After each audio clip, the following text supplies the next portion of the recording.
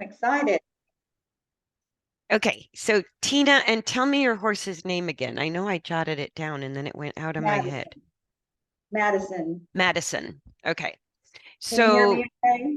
I can, yeah. Okay. So with Madison, do you want to give me the current issues or do you want to just jump right into the video and start talking about it? Well, I mean, the current issues is that she was diagnosed with navicular a couple years ago, and she got the OSPOS treatment. She got PRP, and of course, she got shoes. And within about 6 to 8 weeks, she was sound, and she was sound for a good year and a half. And then when we moved here in May, um, I noticed her being off a little bit, but then she was fine. And then probably in September, it started to go off a little bit. So we did the OSPOS again in September and did PRP again. And she was good for a little bit, but still a little bit off. You know, you could tell some strides she was off. And then And is the navicular in the right front or the left front? she's got it in both. Both. Okay. Yeah. And does She she started have, out, she started out with the left. And then, this last time, they did x-rays and she's, has the changes in both okay. feet. And so, and then she's got this knot on her right pastern, and they've ultrasounded it, and it's like this little pocket of fluid, like a Mhm. cyst almost. At Mhm. first, I thought it was a bug bite. You know how they get those, like a little knot. And I mean, you can push on it and stuff, and it doesn't seem to bother her, but I'm still not 100% that isn't what's causing her. And is You it know, on the front of the pastern or the side? front, It's on the front. And is it on the right front or the left front? right. Okay, so that one's on the right front. And I feel that's where she's, because before she was off, when she was first diagnosed, it was left front. Right. And I mean, correct. now when you look at the video, she looks more lame on right front, but when they block the left, you could certainly see the right. Like like you Yeah. couldn't, so she's probably lame in both fronts. Okay. It just looks like more so in the right than the left. And I don't No, know if it's because of that knot, or if, and then we had her, the last time we spoke, the vet came back out and he said, well, let's check her neck. And he did find some arthritic changes in her neck, way back. And do he you gave me know do you know which vertebra she has the arthritic uh, changes in? Is it the lower or the upper? let me, he wrote it for me because I knew you were you were gonna ask. Um, or Julie would ask. Let's see. Uh,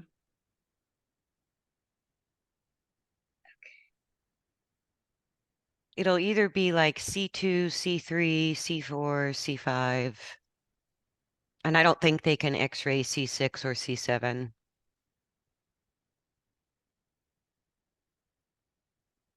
oh God. I forgot to That's all mention. right. That's okay. But she has no neck But arthritis. they did injections, and right, probably 5 days, that's the February 9th video. Okay.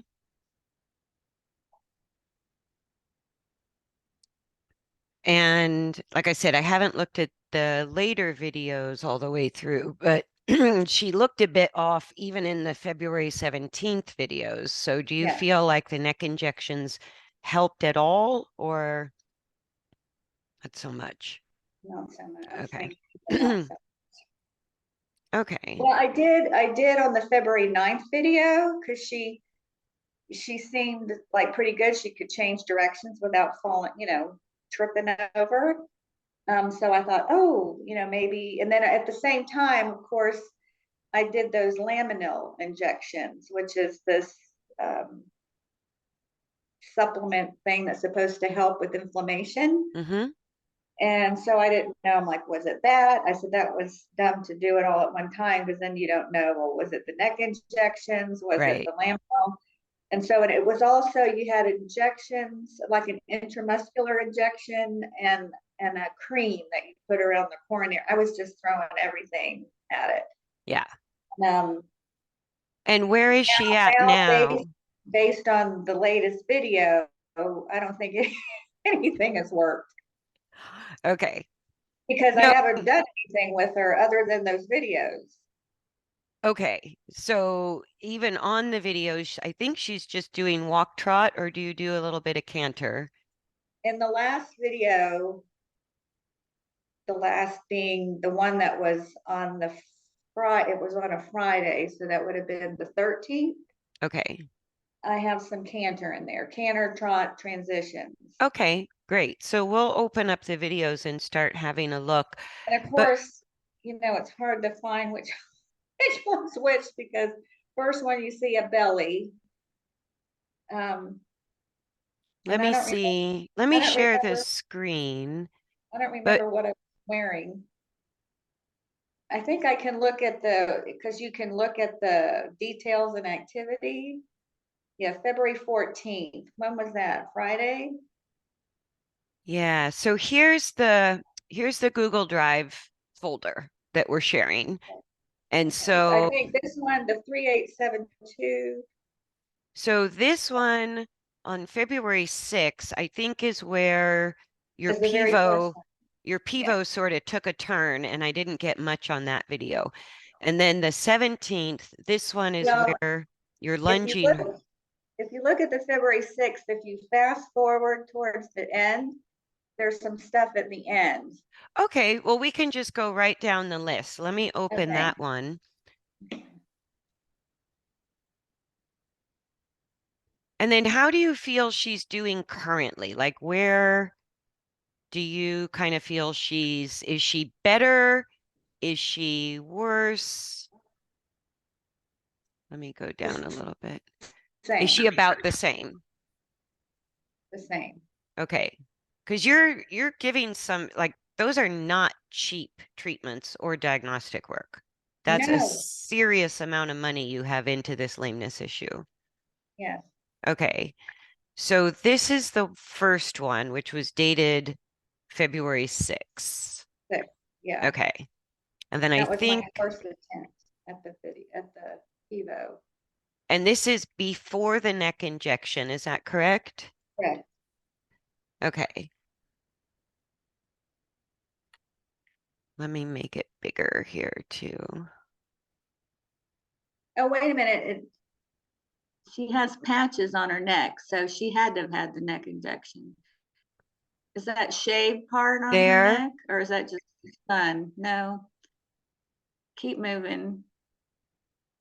Because they shaved her on both sides of her neck, like in a square. Oh, I see what you mean. Yep, she shaved. So this is Yeah, after the neck yes, injection. yes. And it looks like it was the lower cervical vertebra then that she got injected. So that where she's shaved is around C4, maybe the bottom C4 to C5 is kind of, so it's the lower cervical spine that she got injected.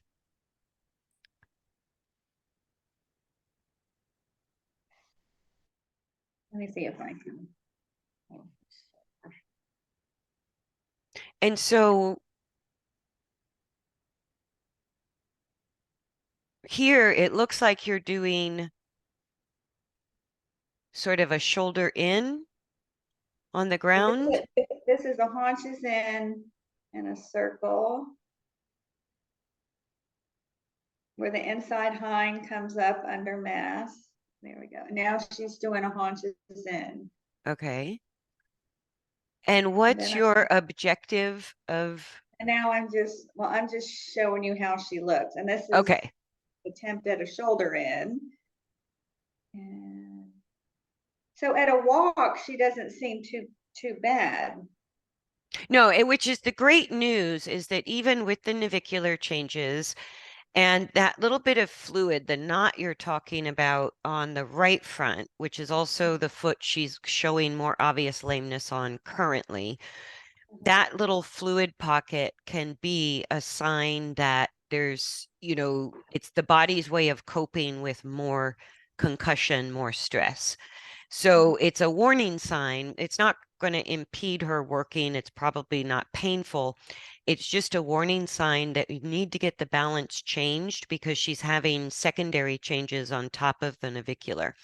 And And I that's, think she might have tripped. Well, she did trip mhm. pretty bad. So I'm wondering if she didn't injure it when she tripped. And just got a little pocket of fluid there from banging herself, like a Yeah, from going, hematoma. yeah, from going down. Who knows? Hmm. That was something I knew what was because I'm trying to think when she was tripping a lot, which was unusual. So the farrier came back out and he says, "Oh yeah, she had grown long in her toe." And once he fixed that, then she was fine, no more tripping. Okay.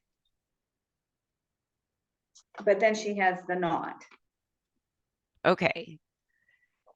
And aside from now dealing with sort of this chronic lameness issue, what are you normally doing with her? Are you Dressage.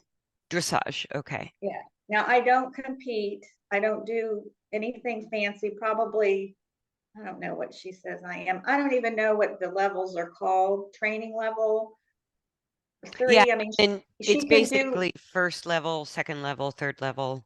yeah, she can do lateral work, at the trot. Hmm. Like she can do haunches in, shoulder in, but she's not doing lead changes. She's not doing pirouettes.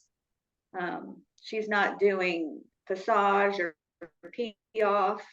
She doesn't do any of those things. We're not at that point. Okay.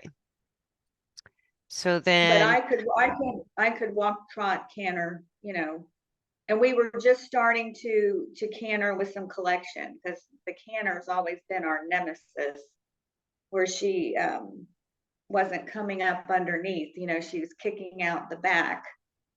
So yes. we were flying, flying around, Yeah, and she was just coming into where we could do a nice collected canter.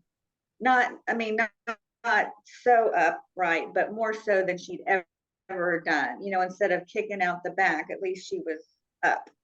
great. And we were also working on more collection at the trot. Okay. And so what kind of things were you doing to And improve? normally she's just yummy. I Mhm. mean, she's just yummy to ride.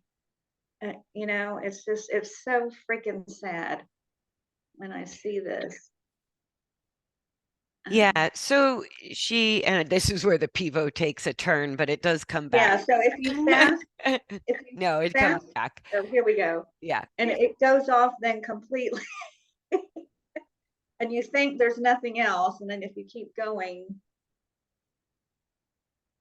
Yeah, so what I see, like when you're working her and sort of doing the lateral movements like you were in the last video, it's a little hard to tell how she's choosing to move. So the mhm, lunging video is a little more helpful to see what she chooses to do. And okay, she doesn't look in this video head bobbing lame on either front hoof, but she looks okay, really heavy on the forehand. mhm. Let me So move it let's, along yeah, here a little bit. let's see. Oh, There's some. nope, that might be. Okay, so let me just go back to the beginning of this particular video and have one more quick look at it. Okay. Um, because like it looks like you've done quite a bit of work with her in the posture of long and low. She's got, Yeah. she's supple through her top line, she's soft through her neck. Um, but she's a bit stuck there in that posture with the long and low. If they stay there too long, and you're not increasing hindquarter engagement or increasing flexion of the spine, then they're not shifting from long and low towards long and level, or to the point where they're controlling their own body weight.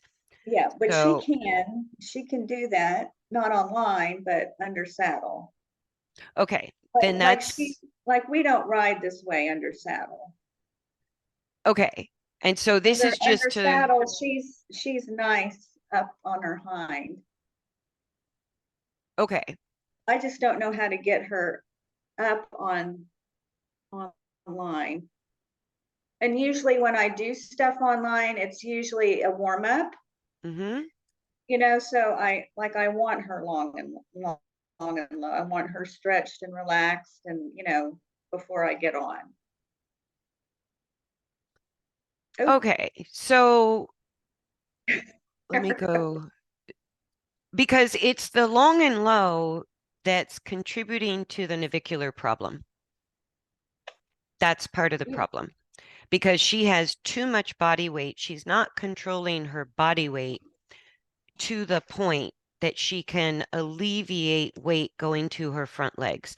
So the purpose of hindquarter engagement and increased spinal flexion is that during the braking phase of the stride, which is actually the slowing part of the stride, that's where horses are not only resisting the force of acceleration, they're resisting their own body weight from being pushed forward and through the spine, overloading the front legs. So that might be the part we need to discuss and clarify a little bit because she appears to me like, to me, long and low is a very important posture, particularly for horses that are coming out of being upside down and hollow, mhm, right? And she doesn't look head bobbing lame either direction, walk or trot. So she looks like a horse that you could change her balance. You could start moving her to more engagement, more lift of the back, both in the groundwork and under saddle, and start really getting the weight off of her front end. She looks physically prepared for that. And if you keep allowing time in long and low, it's just creating more and more concussive forces to her front legs. So mhm, with the second round of OSFOS and PRP, with the neck injection, with you feeling like she hasn't really improved, that's a little better when she canters. Um, we'll look at this video. I'm going to keep this one to look at a couple times. So in the canter, I'll go over that in a second. Like when a horse drops the back and the spine pushes down into longitudinal extension, part of the way we know that happens is because the neck muscles shorten. So they either shorten and the horse elevates the head, or they shorten and the horse curls the neck, dropping the pole, still holding through the neck. But anytime the neck muscles are shortening, it's just our visual indicator that the spine is pushing down and not lifting up. The mhm, consistency that she moves in the posture of a really authentic long and low, where she's not shortening the neck, right? That to me is a posture that it just brings physical relief to a horse that's chronically been in the posture of extension. So if a horse has been dropping the back, disengaging the hindquarters, shortening the neck, then long and low would be the first change of posture I would look at. But as soon as long and low is consistent and easy for the horse, it's not a posture of balance. So the longer we leave them in the posture of long and low, once it's easy for them and the muscles have restored suppleness, then we start creating problems because the hindquarters are not engaged enough for them to control their own body weight from falling forward. mhm, So with every stride she's taking, the thrust of the hind legs is going through the sacroiliac, through the pelvis, through the spine, but it's not being resisted by the resistant use of the back and hindquarter muscle, or the more engaged stride phase of the hind legs, to the point that she doesn't overload her front legs. So she's literally pushing herself forward and pushing her own body weight onto her front legs with every stride. Does that make sense? Mhm. And so that's why, and the longer that goes on, even these super expensive treatments, they sort of give these windows of soundness for less and less time if we don't help our horse advance the coordination. So what you have is a really solid basis in this posture of long and low, and there's a lot of benefit to that. But to the point that she's getting a bit stuck there, and if you don't move her on, it's going to keep over concussing the front legs. That's Okay. where the tripping is coming from. That's why she needs the shoe support. That's why she has pain and changes on both front feet, a bilateral navicular, right? Mhm. So in the groundwork, we can look at addressing it two different ways. But what I would most recommend to start getting her sound is without really using the rein resistance as the go-to, I would look at building hindquarter engagement and getting her to use the braking muscles of her body through her back and hindquarter, strengthening that up a little more. And so I'll kind of explain how that works and how that's related to flexing the spine upward or lifting Okay. the back. So what I see in the walk and trot, when you're just working her on a single line, she can't get out of long and low. The Right. change of direction that you just did, she does. And in the canter, she gets out of long and low, but almost starts to drop her back a little bit in the canter, sort of tightening the neck upward, right? So it's not bad. The canter would be sort of your best friend for hindquarter engagement, but a little bit risky for the concussive forces on the front legs. So you Okay. have to play with the canter, work delicately because it's kind of a two-edged sword for her. Um, the change of direction is where she engaged a little bit better, started to elevate the pole, but she kept the neck long. So let me see if we can look at that again quickly. So the canter transition, you get more engagement of the hind legs. She drops her back a little, but I like that you're not making her hold the canter. The transition is really the key. And Okay. then she can come down from canter. So like just a transition with 2, 3 strides is plenty. Then on that change of direction, right? Just there, and you see in the canter, you have a little more push from the hind legs. And this engagement, which comes easily and naturally when we bump them up to canter, is what we need to look for at the walk and trot, Okay. right? So traditionally, the only way we've ever been taught to get there is by shortening the reins and lifting the front end of the horse. There's other ways to get there because if we only use rein resistance, then we can encourage them to drop the back rather than lift the back, and they'll start to become more crooked. So we'll kind of look here again. I'm trying to catch the change of direction.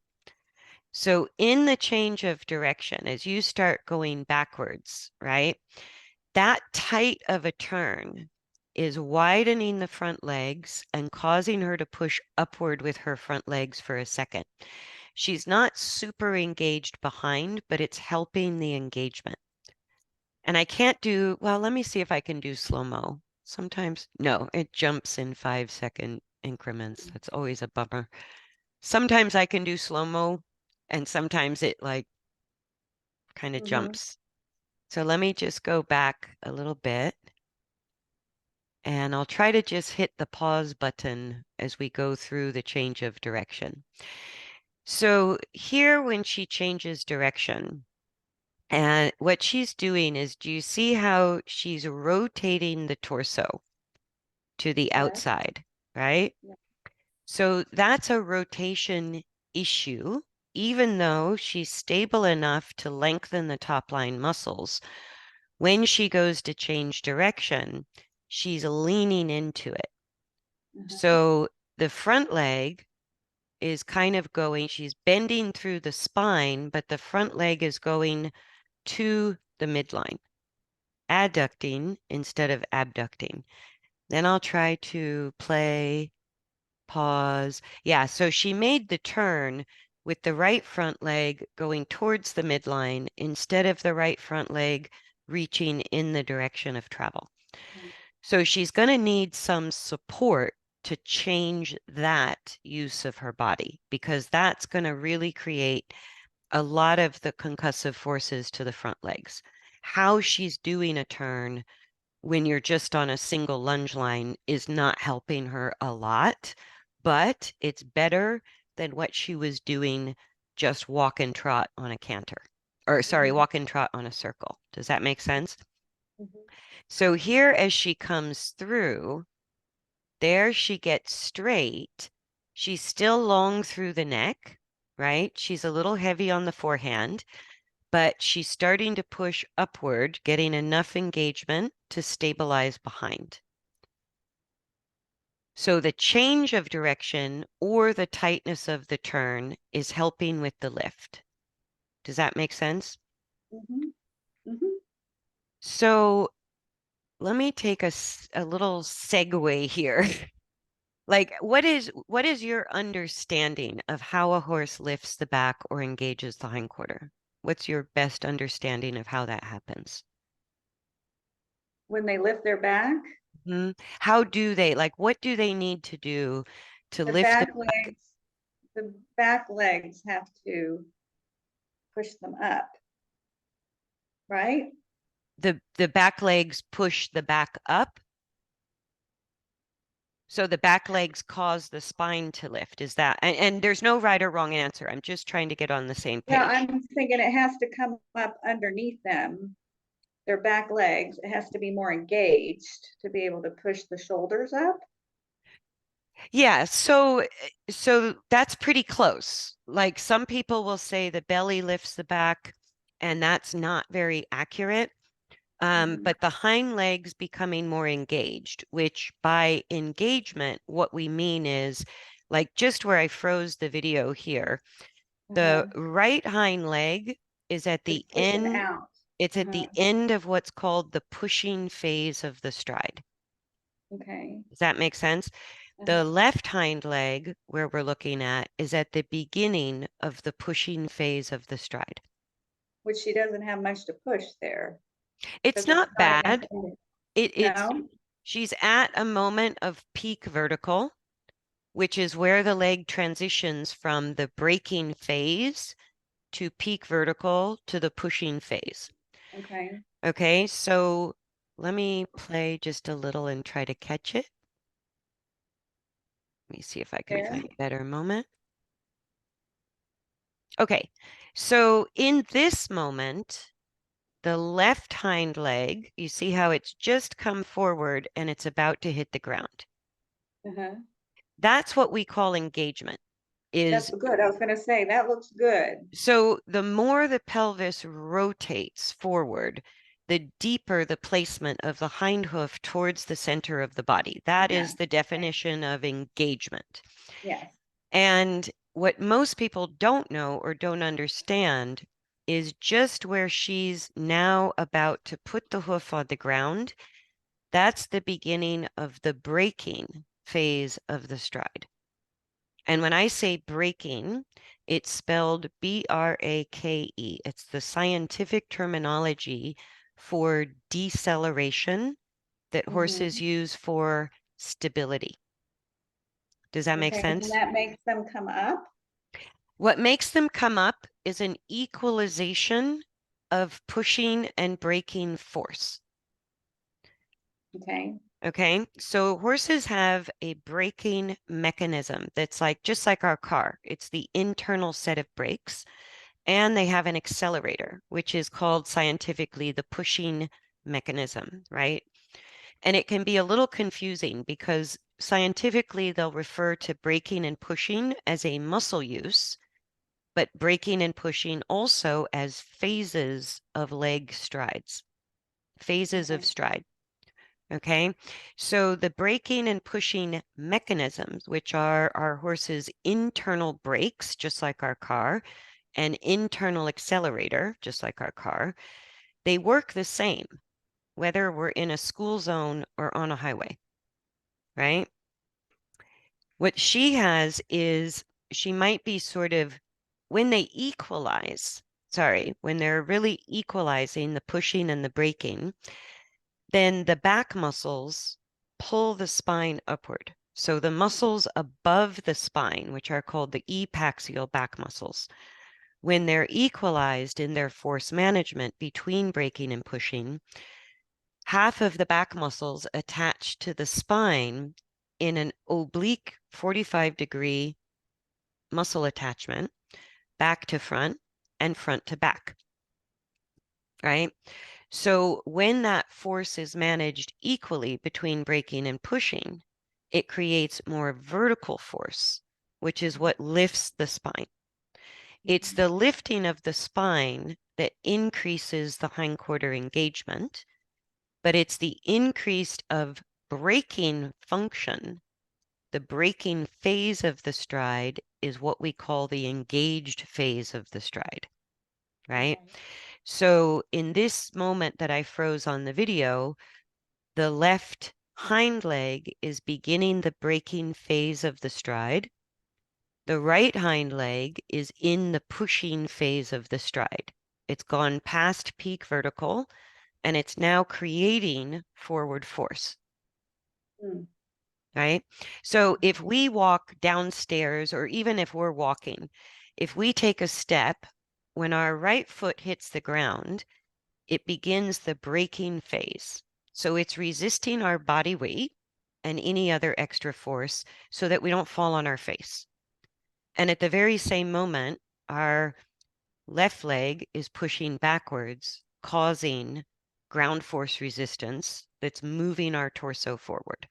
Mhm. Does that make sense? Mhm. So it's the same in our bodies too. As we step forward with one foot, we're resisting instability and acceleration. Um, we're resisting instability and acceleration with that braking phase of the stride and the braking use of the back muscles and hindquarter muscles. While the opposite leg is pushing, increasing acceleration with the leg in the opposite direction behind the torso, and the opposite use of the back and hindquarter muscles, Mhm. managing the force of acceleration. Does that Mhm. make sense? Mhm. Okay, so balancing the braking and pushing. So you can think of basically from where the saddle sits through the whole top line, through the hindquarters, down into the phases of stride through the hind legs are the brakes and the accelerator, right? And so if the brakes in your car are broken, that's no good. And if the accelerator in your car is broken, that's no good. What stabilizes our car is the same as what stabilizes the horse's back and hindquarter, lifts the back, engages the hindquarter, is that balance of being able to brake or accelerate depending on the terrain, the maneuver, whether we need more agility or we need more speed. Agility is going to be related to braking function. Speed is going to be related to pushing function. Self-control over their own body weight is related to the braking function. And that's what she's sort of missing. Does that make sense? Okay. Okay. So we The need break. the braking side of the equation. Okay. And you're probably also going to need to mix in some acceleration with that because once they get stuck in long and low, they start to reduce the actual pushing power. The more weight they have on the front end, the less push they have through the hind end and through the accelerator mechanism or the pushing mechanism. So they get a little lethargic in their movement because they're not really braking. And so what they do is they just kind of take their foot off the accelerator, Hmm. where braking is always a active resistance to the acceleration. That's what creates the vertical force. That's what creates the balance. And all she's doing is sort of taking her foot off the accelerator in order to slow down without really increasing the pushing force or the braking force. Okay. Does that make sense? Mm-hmm. And that's where she's a little stuck with the weight too much on the front limbs because she's no longer using her braking pushing mechanism to control her balance. She's just sort of stabilizing on her front legs. Okay. So her hindquarter Which has we don't gotten, want. what's that? We don't want her stabilizing on her front legs. No, because that's what is that like navicular, ring bone, side bone, like maybe that little pocket of fluid could have been a ding, like a hematoma, or Uh-huh. maybe it's a warning sign that there's still too much force on that Uh-huh. leg. But the horse's front legs are anatomically the equivalent of our arms. And so the longer she's weight bearing, excessive weight bearing on the arms, the more damage there is, Yeah. right? What she needs to do is increase sort of the work through her pelvis and back, just like us standing instead of crawling. She needs to get a little better with managing her stability in forward motion from the thoracolumbar spine through the pelvis rather than sort of the upper thoracic spine and neck and the front legs. Okay. Does that make sense? And I'm going through the technical explanation because it's not what we're taught. Even people who say they specialize in biomechanics will still perpetuate some of the mythology that the belly lifts the back or that more speed equals more lift. Mhm. But as soon as the pushing or acceleration exceeds the body's capacity of braking or stabilizing, then that's what causes them to push their own body weight more and more onto the front legs. Okay. Does that make sense? So we're Yeah. always looking for an equalization between thrust and braking, Yeah. right? So let me see if we can look at, so here, when you start to kind of ask, I think for the canter, I think that's what you're doing. Yeah. Okay. When she goes into canter, because you've asked her to increase acceleration, that's what's pulling her neck out of long and low. Does that make sense? Because you said, hey, I need more acceleration. And in the canter transition is the first time she really elevates the neck out of long and low. The neck elevating is part of the reflecting that we're lifting the back, engaging the hindquarters more, unless the neck muscles start shortening a lot. Then, okay, they lifted the front end, but they did it by dropping the back instead of lifting the back. They can do that either way, Okay. right? Right. So, right in this moment where I paused it, after that little bit of just a few strides of canter, even if you only get one stride, before she falls forward, you get kind of this nice level line through her torso. Do you see that? Mhm. Right? So it's not as much about the placement of the hind legs because that can fool our eye. When they're engaged enough to begin what I would consider self-carriage, then the front end lightens and the whole front end of the torso comes up. It's not just the head and neck, right? Mhm. And that placement of the hind leg here, as she's slowing down from canter to trot, you're increasing the braking force. So Mhm. she's got good placement with the right hind leg, and it looks sort of equal as her left hind hoof is just about to come off the ground. That distance in the pushing phase of the left hind leg looks pretty equal to the braking distance of the right hind leg.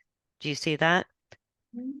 And so the pelvis is rotated forward. She's not Mhm. over rotating it backwards, disengaging. So that's what I would call a really well engaged stride at this moment. Mhm. Then we kind of confirm that, because if the spine is lifting and the back muscles are doing their jobs equally, then it's going to elevate the entire forehand. Mhm. So kind of through the center of the torso, we're going to get a horizontal line over gravity, Mhm. where in long and low, the middle of the horse's torso is going to go forward and tilt towards the ground. Mhm. Does that make sense? Mhm. And so the front legs, as like in this stride, as she's breaking, coming from canter to trot, it's a really great moment where she's braking correctly and alleviating the weight on her front legs. Yeah, you can actually see that. Yeah. And it Mhm. was the same when, if we go back a little bit and just look at the upward transition. Oops, got to go back just a smidge more. Smidge more. Smidge more. Okay. So here, just as you begin asking for it, increasing in pushing force or acceleration, she tightens her neck a little, but she's starting to think upward through her torso. You see that? Yeah. So in the upward transition to canter, you get a good moment of correct lift through the back, engagement of the hindquarter. It doesn't last long. So that just tells you it's not muscularly supported as a habit of the body. So that's what I would work on building, right? Okay. And then in the downward transition, just after she breaks from canter, you sort of have the best balance during that breaking. And what I love about what you're doing is you're asking for the upward transition and giving her a minute or two to get there, and you're allowing her to break gait as soon as she wants. That's absolutely how you get maximum benefit out of transitions.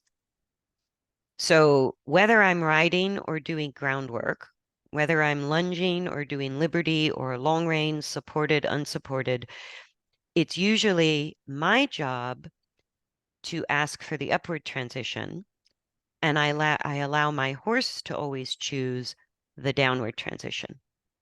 Now and here she wasn't choosing, like when I want her to go down, I kind of breathe out. I don't know if you could hear me. I go, whoo, and that tells her to break. Okay, and it that seems to be working between the two of you, because So that's okay then. So, because otherwise she'd keep going. and when she keeps going, I imagine, I would guess, and tell me if this is correct or incorrect, that after a few strides of canter, she falls back into long and low and the movement gets heavy and lethargic. Or does she go really fast and start to get excited? Well, my purpose of doing the transitions is that I was trying to get the lameness out. So I so I thought by doing the transition, like you said, as she's coming out, that's when she would have her best Lift. trot. Yes. Yes. And then she didn't have that short, it wasn't like diving onto that leg Yes. too soon, Yeah. So what right? you picked up visually and intuitively is exactly what I'm explaining in detail mechanically, that you saw right at the Yes, upward and right at the yes, downward. She looks her best and less lame. yes, yes. So Yes. so I guess you're going to go into that, whatever I should do to make that better. Rapid, multiple rapid transitions. And we'll talk Okay. about the downward in a second. But with the upward, and it can be a problem with a lot of horses, that when we teach a horse on the lunge line or groundwork, that the priority of groundwork is to maintain gait, maintain direction. Yes. then they learn to maintain imbalance. And so if that's already what she's learned is to stay in gait and direction out of obedience, then you may need your cue to let her know you can break gait as soon as you're uncomfortable. And that's exactly the reason I allow the downward transitions. And it doesn't take any horse, even if they've been trained into maintain gait, maintain direction out of obedience. Once they figure out it's okay that they break gait and they don't get punished, they'll do it when they need to more naturally. Okay. So when a horse gets uncomfortable or unstable in trot or canter, if you watch them in the pasture, they slow down. It's the easiest way for them to regain stability and comfort if they lose it in the trot and canter. Mhm. And so you might have to breathe out and help her make the downward transition, maybe for 2, 3 sessions until she figures out it's okay to make downward transitions Okay. when she wants to, So right? if it takes her a circle or two to decide to break gate, wait that long or let break her sooner? No, because that's pretty reasonable. So if it's only a Okay. lap or two, that's reasonable enough to let her figure it out. She's not going to go lame. But if it starts turning into 3, 4 laps, 5 minutes before she chooses to break gate, then after a lap or two, if she doesn't figure it out, give her the cue to make the downward transition. Okay. Because I think too, um, unconsciously with my energy, because I don't want her to break gate, if I don't want her to break gate, Well, now you you know, do. my energy is like going forward. So how are you managing your energy if you want them to break gate when they're uncomfortable? Neutral, Just neutral. neutral.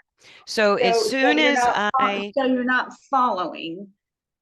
I I mean, am basically just like as a rider, when a horse is in balance and self-carriage, in those moments, even if they're few and far between, uh, we do nothing because they're in self-carriage. And so so that goal of being quietly stable and inactive with aids or energy even or intention, that's what I do on the ground. And so once I ask for the upward transition, my job's over. so Now I'm, you don't follow, you just stand there and let her go around herself. if I move with the horse, I'm I'm maybe in alignment, like where you are, where I pause the video, you're sort of in alignment with where the saddle would go or the hindquarter, Okay. right? So if I'm moving with the horse, my neutral position is that alignment during motion. Okay. Right? I don't need to physically stand still to be neutral. Okay. Does that make sense? Yes. Okay. So if I'm moving with the horse, I'm just trying not to get ahead of that alignment or behind. Okay. Okay. I'm going to Okay. kind of That's line up my body to the saddle wherever we go. okay. Okay. Yeah. And that would give her, That might be a different for her to where she would think, okay, maybe I can break gate on my own. That I'm not pushing her with my energy that's by exactly it. following her. Yeah. Yes. Okay. That's that exactly. As soon as we change that energy, most Mhm. horses just go bloop, bloop, bloop, bloop and slow down Okay. because And we're not that's using what the I want. whip, we're not using our energy, we're just going to neutral, right? So when I want to activate the accelerator, I might just drop back to the hindquarter or tail in my alignment.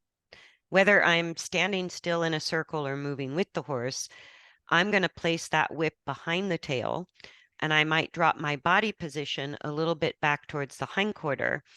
And the use of the whip is sort of saying, can you push more? Okay. Right? I don't need it to be a snappy departure. I don't need it to be obedient. I need the horse to increase the pushing force, right? Mhm. From behind. So the whip is the leg aid when we're on the ground. So how you use the whip on the ground is the same way you would use your whip or use your legs in the saddle, right? So if you're having to use the whip constantly to keep her going forward, that's a problem. You have no accelerator, right? But it's just like people who are they're holding back their horse. It's always going too fast. They have no brakes. Mhm. So when the horse has a balance between braking and pushing, I love to call it a balance between self-propelled forward energy and self-controlled forward energy. And Mhm. that's what gives us a rhythm in the walk, in the trot, in the canter, is that balance in how they manage force, right? Mhm. And so where it's taxed the most is going into an upward transition, just one stride or two, and then the Mhm. first couple of strides coming through a downward transition. Mhm. That's where they have to use the braking, pushing mechanisms the most. Mhm. So the more transitions, the better. And transitions or the horse breaking gait is like, it drives most people crazy. And I go, well, you can get any horse to maintain gait, maintain direction, and get crappy movement as a result. Mhm. And I go, when you blow the transitions, it's like stepping over pennies or stepping over dollars to pick up pennies. Mhm. You know, the dollars are the upward and downward transitions when it comes to balance, engagement, lifting the back, getting more self Sure. carriage, Mhm. right? It doesn't matter to me if I'm at liberty, on a lunge line, moving with my horse, on a precise circle, big circle, little circle, long reins. None of that matters to me when I'm working with this balance between braking and pushing while maintaining that lengthened neck, which tells me the horse is also stable in their spinal alignment and the function of rotation, right? Mhm. So that's how we get to sort of that coordination where they can control their own body weight from falling to their own front legs. Mhm. So internal straightness means we're reducing all lateral bending of the spine from the pole to the tail to really stabilize a healthy, ideal alignment of the horse's spine. Rotation is a twisting function in us. So when we twist like this, that's technically called rotation. And in the horse, it creates a rolling effect through the barrel and the pelvis.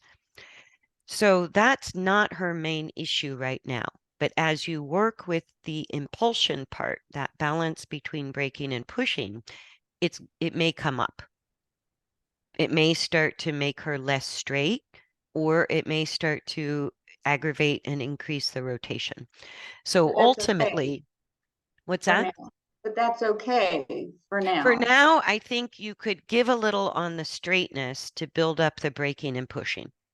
Okay. Yeah, because horses that are upside down, when the back is pushing down and the horse is disengaged the pelvis backwards, the side effect of the back pushing down is increased rotation. It makes the spine very stable, unstable left to right, right? And then it increases lateral bend. So the horse's midline gets all wiggly, right? And the first postural change I want for that horse's relief is into long and low. Mhm. But if we stay in long and low too long, then the horse has these front leg lameness issues or tightness through the lumbar, the back, even the hindquarter, and they just take their foot off the accelerator. So the movement gets more and more labored the longer they're in long and low. So as soon as a horse is in long and low or consistently in long and low, I'm going to start playing with transitions as one Mhm. way to balance the braking and pushing. And the other way to do it would be to challenge her by being absolutely broomstick straight through the midline on different size circles and turns. That would also help her balance the braking and pushing, stabilize a more engaged hindquarter, and help her alleviate the weight to the front legs. So those would be the two strategies, whether I'm working on the ground or under saddle. So more square turns, is that an analogy to You it? could call Yeah, it a square turn, or the way we're taught that horses are straight on a circle is when the midline bends to the curve of the circle. That's the okay, old-fashioned traditional way of thinking of straight on a circle. right. What that actually does, because rotation is not part of our traditional vocabulary, when we want our horse to bend like a banana through the midline, what we're also doing is destabilizing the rotation. So we're Okay, causing the barrel and the pelvis to tilt and roll. okay. That's another reason that they can't get off their front end. So rotation as a function of the spine is not in any classical literature, and it's not in our traditional literature. So that idea that a horse bends like a banana to be straight on a circle is strongly perpetuated right now. Yep. Right now. It is creating front end lameness on many horses. You're not alone because Okay. lateral bending, like lateral bending is this, right? It's left, right, side bending in us and our horses, right? Rotation is a twisting action. It's still a left, right function of the spine. Mhm. With horses and people, technically, but with horses, we really feel it. You cannot laterally bend a horse without disrupting the rotation. Hmm. And if you want to feel that on your horse, if you do it on the, you can do it on the ground or you can do it under saddle. But if you place your horse, your hand where the saddle would go on your horse's back, and you start laterally bending the neck, you'll feel the barrel roll to the outside. Hmm. So every time we start to create that banana shape through our horse's midline, we're creating a problem called inverted rotation or too much excessive rotation. But the dorsal tips of the spine, this part that is meant to be upright, when a horse has too much rotation or a rotation issue, they're no longer upright during a turn or a circle, especially. They start tilting left or right, inside or outside, or they become unstable. Hyperrotation is too much movement back and forth. Inverted rotation is basically the barrel rolling to the outside of a turn, and excessive rotation is the barrel rolling too much to the inside of a turn. Mhm. What the spine is meant to do, right? So our idea of curving our horse's midline to match the shape of the circle is wreaking havoc on the function of rotation. And it's mechanically unavoidable. It's a reality of the horse's body that it's always been there, whether we knew about it or not. Only since That's about 1999 do we have sort of the most definitive research showing how lateral bending and rotation are intertwined in the horse's spine. it's interesting because I just read something that came up on Facebook, another trainer. She was saying that she never trains in circles. The only time really that she does circles is when she's doing a dressage pattern, for show. But And she what mainly that is, does, and she vets will mainly does, say, what do you call that? Squared circle, squares with round corners. yes, and even that, what straight on a circle means to me is if Mhm. I took a muck fork and walked With the a dot, circle with yeah, the muck fork between my legs and the fork end being the hindquarters and the handle end being the front end of the spine, I could do a pirouette without bending that muck fork. And that's yeah. exactly what my horse feels like underneath me with correct mechanical use of the spine. And Okay. so what it straight on a circle means to me is it feels like a slow forward moving version of a turn on the haunches. It does not feel like a bend at all. Ah, And So you're talking a square turn or turn on the haunches to understand exactly what I'm talking about. Yeah. And to me, straight on a circle mechanically means it's like a forward moving turn on the haunches. Yes, yes, I know exactly the feel. Yeah. Okay, Mm-hmm. great. Because circles are a two-edged sword. And so vets and a lot of trainers will say, never do circles, you'll break down your horse, or lateral work. And the reason that that does break a horse down faster than anything else is because of our concept of how the midline is supposed to bend. Mm-hmm. So if we think lateral work, turns or circles involve a banana through our horse's midline, then Yes, we will destroy our horse with yes, turns and circles and lateral work. And that's why yes. vets say don't do it.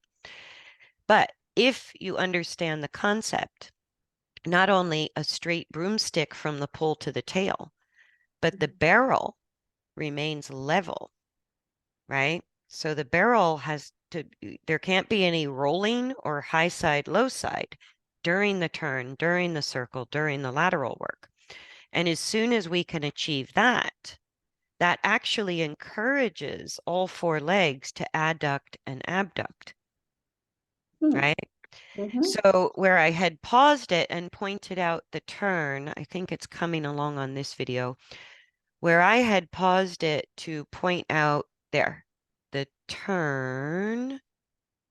Here, you see what I'm talking about. That's the rolling of the barrel, Mhm. right?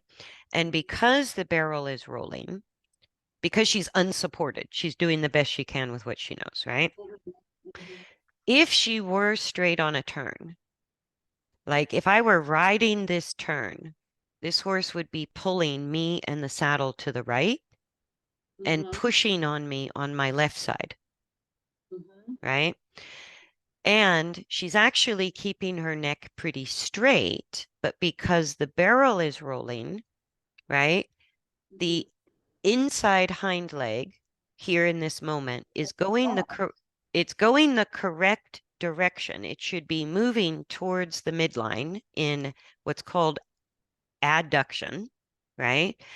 But it's crossed the midline. It's even crossed the other hind leg. So she went from engagement to a lateral disengagement that Mhm. weakens the use of the hindquarters. Mhm. You see that? Mhm. And because she overdid it here, Mhm. because the barrel's rolling, this right front leg, which on a balanced turn would Would be be higher. abducting, right? Mhm. So the way they turn, if the spine is straight and the back is level during a turn, this hind leg would be going that way, but not that much. Right. This hind leg, the left hind leg, is going the wrong way. Mhm. It's not moving outward or abducting. That's Right. part of why this leg is crossing, Mhm. right? Because this leg is not headed out here, Mhm. right? Then the front end does the opposite. So on a left, let's see, she's on a right turn. So the right hind leg should go towards the midline, and the left hind leg should go away from the midline. Mhm. The right front leg should go away from the midline in the direction of travel, and the left front leg should be going towards the midline, also in the direction of travel. Mhm. So she's sort of straight through the outside front, but the Mhm. inside front is going completely the wrong way. Mhm. You see Yeah. that? You could see her like all over. Exactly. And Yeah. that's what's creating both the excessive force to her front hooves Okay. as well as tightness and weakness through the back and hind quarter, Mhm. right? And so balancing, and I don't know if you're really clever about it, you can figure out how to do it with just the lunge line on the ground, playing with transitions and balancing the turns. But really, what's called leg kinematics, which just describes the flight path of the legs. It's a fancy word that means flight path of all four legs. To change the leg kinematics, really ideally has to be done through the proper use of the spine. So if you're doing groundwork and you're tapping legs so that they go the right way, that you miss the point. It's directed by the use of the spine. Does that make sense? So we focus on keeping the spine straight and level. So we reduce rotation, we reduce lateral bending. That gives us internal straightness. And we play with the balance between pushing and braking, which is increasing speed, decreasing speed. And when we put those elements together, then they can increase spinal flexion and increase engagement of the hindquarters. That's kind of the combination, right? But every horse has a different, we got 10 numbers that make up a combination lock, but thousands of combinations. So we're either focused on, does my horse need more help becoming internally straight with alignment and rotation? Or does my horse need more help building up the pushing capacity or the braking capacity or equalizing both? And I would say your mare is at a point right now where the internal straightness will only be important when you work her on turns and circles. But the main focus of her work would be upward and downward rapid transitions without staying in any one gait for very long. So if you were riding her, I think on the groundwork without weight on her back, you could include halt, walk, trot, canter. When you're riding her, I would probably avoid canter, but I would do halt, walk, trot, walk, halt to balance the braking and pushing. Does that make sense? Oh, I lost your sound. Can you repeat that? How many I still, I how think, many, oh, there where you are. There you are. Aim your head at the screen. how many strides between transitions? It depends. It depends. As Oh, soon as again, let her decide. yeah, so the key to really facilitating our horse's discovery is taking our time getting the upward transition, with the goal being keeping the neck long during the upward transition so that she's maintaining internal straightness if the neck is lengthening. As soon as she shortens the neck, you've lost internal straightness, so you may as well back off. So once she's in the posture of long and low, the upward transition, as she increases pushing power, you're going to see her elevate the neck, right? So she may go from long and low to sort of a long and level posture. But if she can't do it with authentic pushing and she resorts into pulling into the upward transition, she's going to shorten the neck muscles. Which means what? Is she going to come up? She's dropping her back in order to make the transition. Okay. Okay. So to really develop the pushing capacity, that sort of long and level, the elevation of the neck is kind of what you're aiming for. So it would seem that when I'm asking for the upward transition is where she's going to be in the best posture, because she's going to be at that point, right, where she's going to start to lift. And then do I say, oh, never mind? You could. Mm-hmm. Okay. Yeah, because what you're building is muscle use and coordination. I really couldn't give, I really couldn't, I wanted to say give a crap. I'm just going to say it. It's like, I don't really care if they actually make the transition. Okay. What I mostly care about is that they're pushing correctly and braking correctly, right? Okay. So if I'm achieving the transition by causing my horse to drop the back in order to make the transition, Right. then I've missed the point, right. right? So, Now, so to me, it would seem as like when I'm asking and she's getting ready to, and so she's coming up, and then just like, oh, never mind. But yeah, can we sustain it and then ask? That's where you're saying the many. Can you do it? Never mind. Can you do it? And yeah. every time I say, can you do it? that's when she's gonna get in that good posture, correct? Yes. And what you'll see is what we can do is play with the timing and the energy and the use of the whip to really sort of help them learn pushing from behind better and better. Whether we get the upward transition or we don't, It I doesn't call it, matter. yeah, because I would call that a half push, which is the opposite use of the body as a half halt.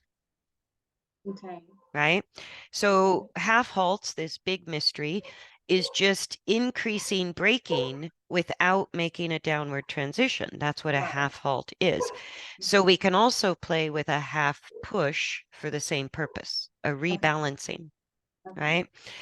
And what you'll see as you play with her is you probably have to start with full transitions, even if she goes into extension until she understands that it's okay for her to break gait anytime she wants, Okay. right? And make a full downward transition.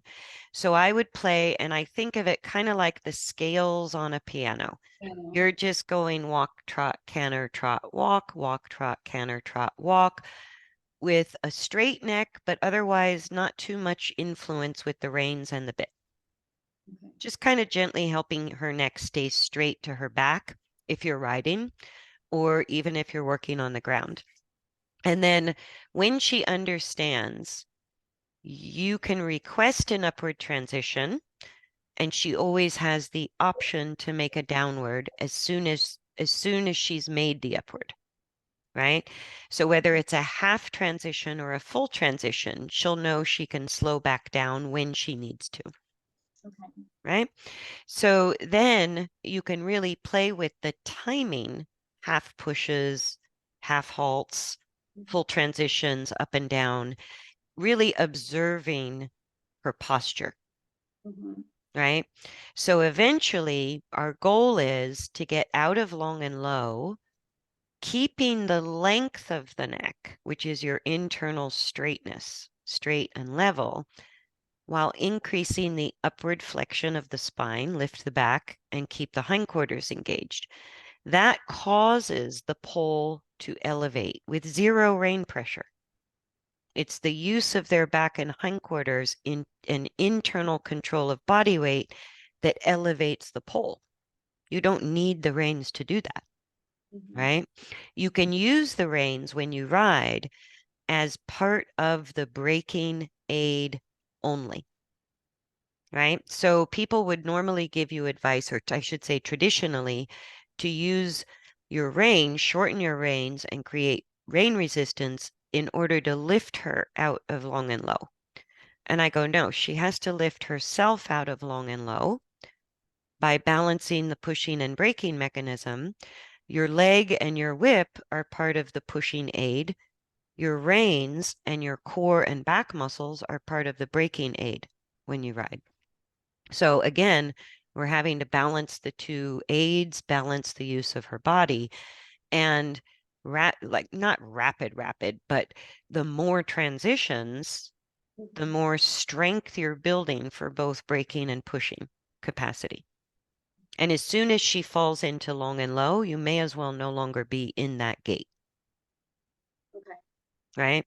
If she Mhm. goes into extension, she pulled herself into, or she organized on her front end, whether it was an upward or downward transition. She stabilized on her front end instead of using the braking and pushing mechanism of the hind end and back, right? Mhm. So reverting into the posture of extension tells us it was a pulling front end job. And falling into long and low tells you she lost the balance between braking and pushing. Okay. Either too much braking or too much pushing, or she couldn't get her hind legs under her or her front legs in the right place. Mhm. Does that make sense? Mhm. Okay. So now, as we kind of look at her after that big sidebar conversation, you can see in real time how that's coming and going with what you're doing. Mhm. If her navicular or her lameness issues become really bad to the point she can't safely trot or canter, you can teach her and do all of this work between walk and halt. Okay. Okay. You do not need to trot and canter. And that's sort of the impression when we talk about transitions, but using half halts and half pushes and full transitions between just walk and halt, using straight on a circle or balancing turns, all of that can act to build up her capacity to the point that she's no longer overloading her front legs. All of that can be done between walk and halt if you're dealing with soreness and lameness. So I just wanted you to know that because the risk you're taking with trot and canter work is making the lameness worse before she figures out what she needs to know. Okay. Does that make sense? So with lameness Yeah. issues, you have to be a little careful. Like rehabbing my ex-dressage horse, who I bought with known navicular on the right front, ring bone on both front, and he was head bobbing painfully lame when I took him. And if I touched the reins, he put his head and neck into roll cur position, dropped his back, and rushed forward. So there was very little I could do with the reins. And she's frisky. So there was very little I could do with the reins. And I could not go faster than a walk without him getting painfully lame. So Oh, in this video, which I think she got the neck injection, but she looks a little more off in this video than she did in the ones we just looked at. yes, yes, that And day she seemed more off. Now her friend was over, on the outside, so she was a little razzed here. so excitement, the posture of extension is also the natural posture when horses are fearful. It's called, startle in humans. We do it too. Mhm. So if she gets a little excited or if she can't do what you're asking the correct way, then they revert into that posture of extension, which she's doing much more in this video than the video we just looked at. And notice when she shortens the neck right before the blow up, she Mhm. looked more lame Mhm. because when they shorten the neck muscles, it can kind of counteract excess weight on the front legs, but there's actually more weight on the front legs. So she looks off because she's pushing more, because she's more excited, because she's putting her back down now and again. Does that make sense? So as you increase the pushing, or she does out of excitement, you see the lameness show up more. Yes. That's what I'm saying, that if you're sort of relegated to a lot of work between halt and walk, that's okay. You can achieve the same coordination. You can build up the same muscles between walk and halt as you can halt, walk, trot, canter. Yeah. And if she can safely do some canter transitions and some trot transitions without going lame, then add in those transitions if you can, because it just helps them explore a little bit more. It just kind of helps them figure things out when they're having to change between 4 beats to 2 beats to 3 beats. Each speed has some benefits and some drawbacks, or each gait, I should say. No, I think this is that same day. Yeah, so the faster she goes, the more you The kind worse of it see the gets. lameness. Yeah, Yes. And I was exploring with that to see if she, if she goes faster, does it go away? yeah, And it didn't. It just got worse. yes. And so that's why asking her, like, once she figures out she can break gait and slow down as often and as frequently as she wants, then when you add push, she'll push correctly for as long as is comfortable or possible for her. And the second she can't, once they know they have the freedom to slow down in order to rebalance or in order to stabilize, they do it. They love it.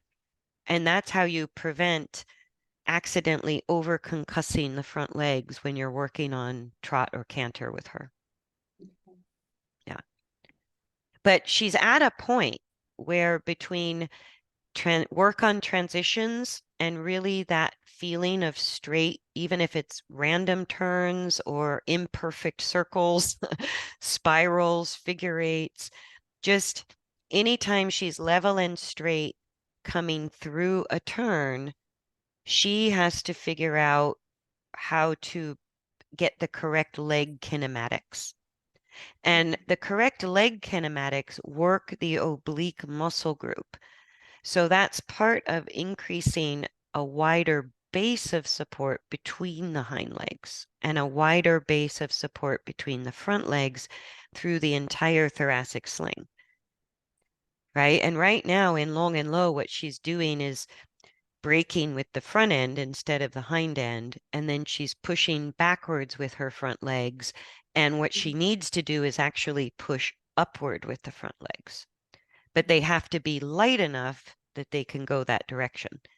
If they're overloaded, they're always going to kind of push backwards rather than pushing upward. Yeah. So we covered a lot. I'm glad we got this on a recording.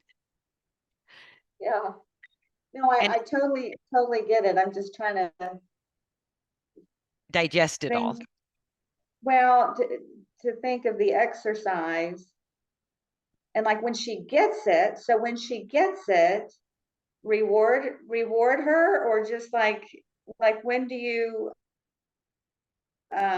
That's such a good tell her, question yeah, this is because you brought up two really, really, really good points.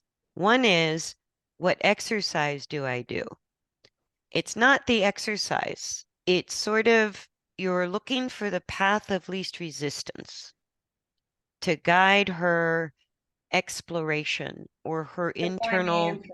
discovery for her to find relief, right? Hmm. And it's self-rewarding because Okay. a horse feeling safe is its own reward.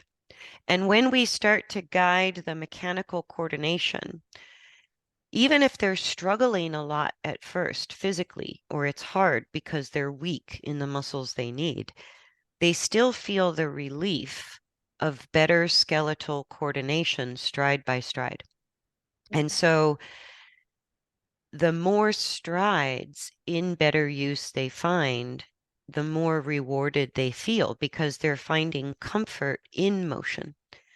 And we Okay. think, work for a horse is a four-letter word. And I go, my horses love the work because without my guidance, they can't find that coordination. It's a higher coordination than nature intended, but they need it if they're going to Sure. carry a rider, Yeah. right? Yeah. So, so anytime you see an improvement in the movement, she's already feeling the reward. You don't have Okay. to stop the work. If she gets fatigued, stop the work. If you need her to kind of think about it and digest what happened, give her a break. Mhm. Absolutely.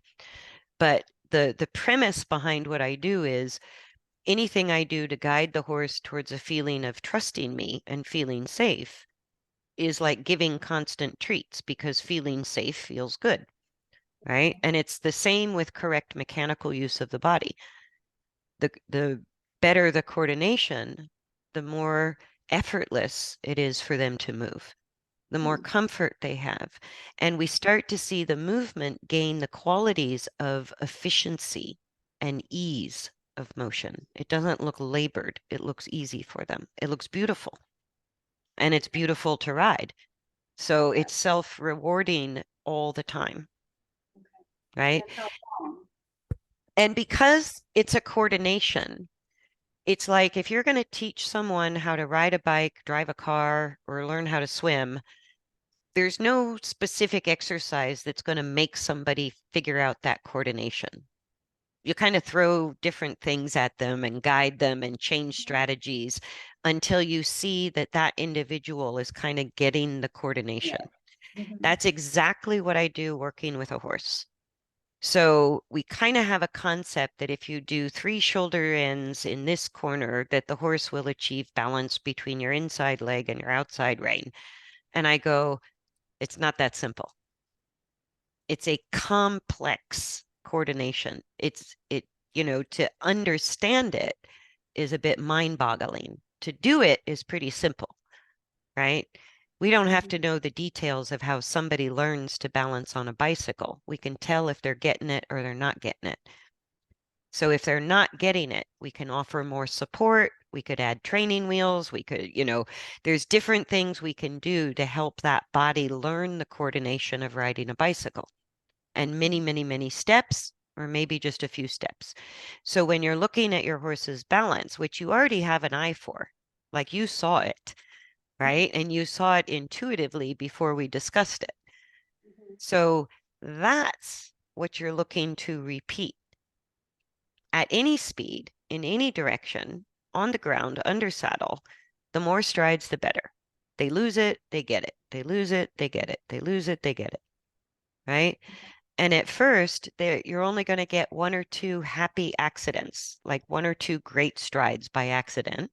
Mhm. But if you notice when it happens, you go, oh, just like you did, I noticed going into canter and coming out of canter, I'm getting better balance.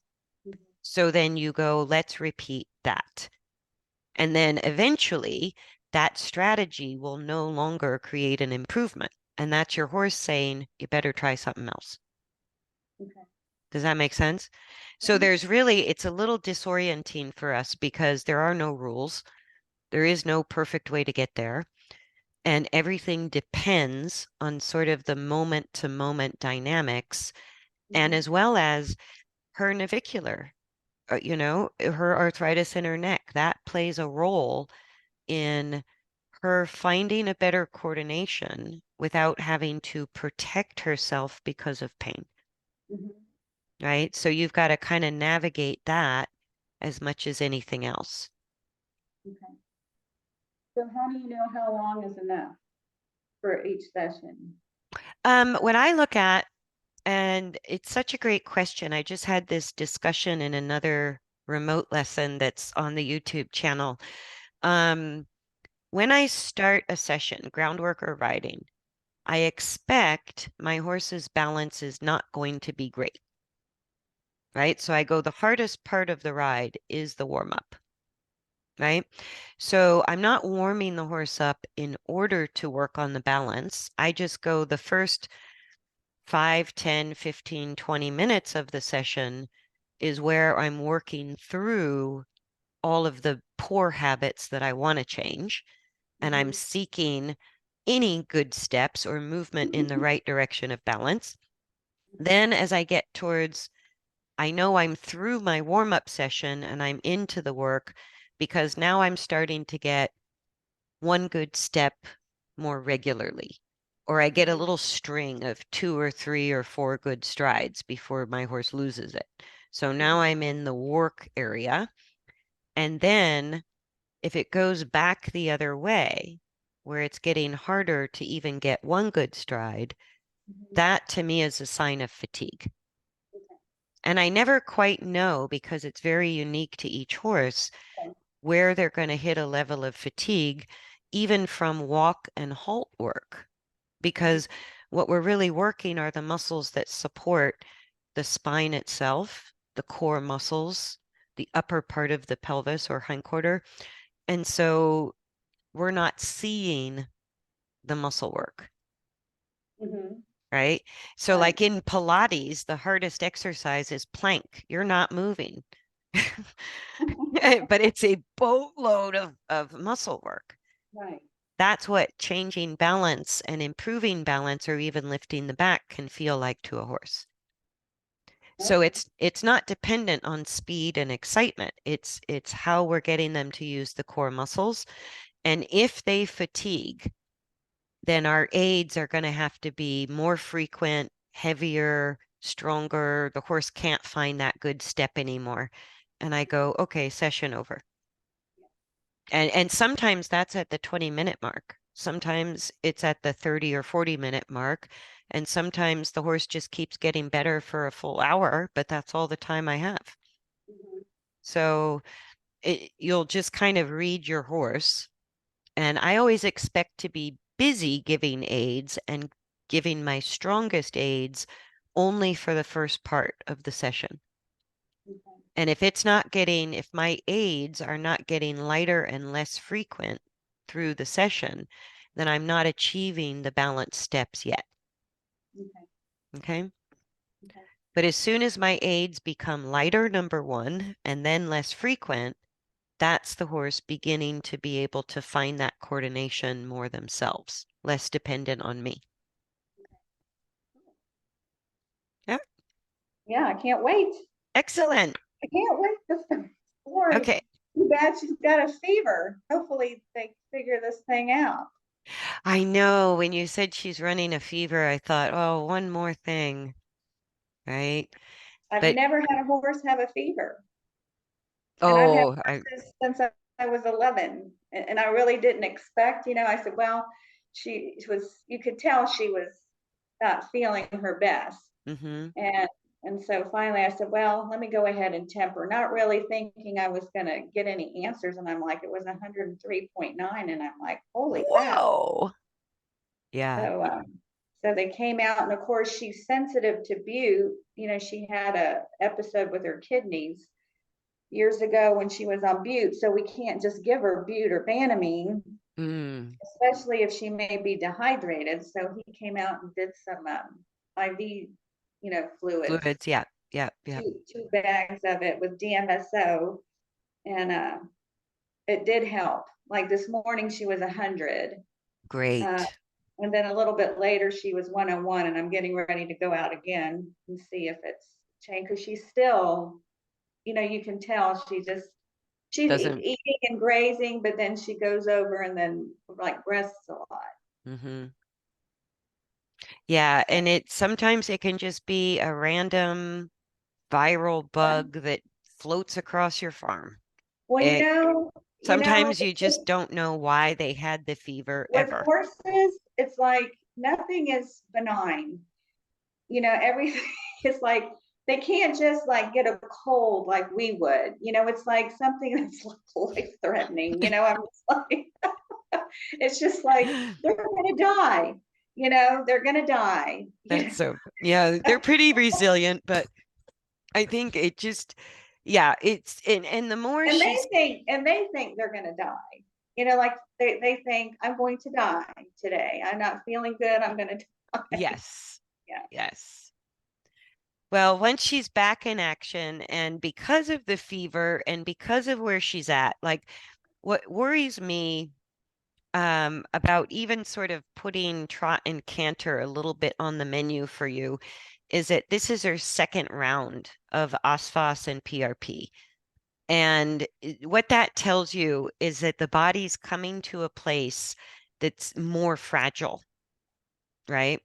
And then with the fever, I don't know that that has anything to do with it at all, but the more fragile the system becomes, the more prone they are to, Yeah. this Yeah. problem and Yeah. that problem and that problem.